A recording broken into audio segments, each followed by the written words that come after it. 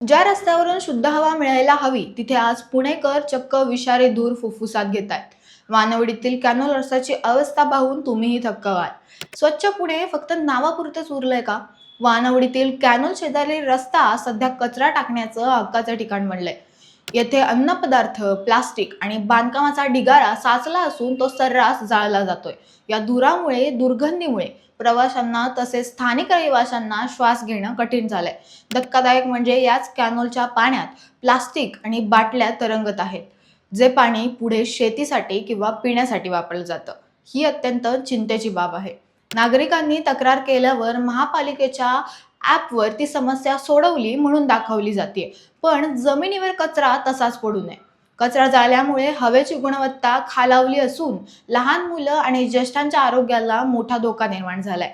उपायुक्त अविनाश सकपाळ यांनी कडक कारवाईचे आश्वासन दिले असले तरी प्रत्यक्षात मात्र परिस्थिती भीषण आहे। प्रशासनाने फक्त आश्वासनं न देता प्रत्यक्ष स्वच्छता कधी करावी?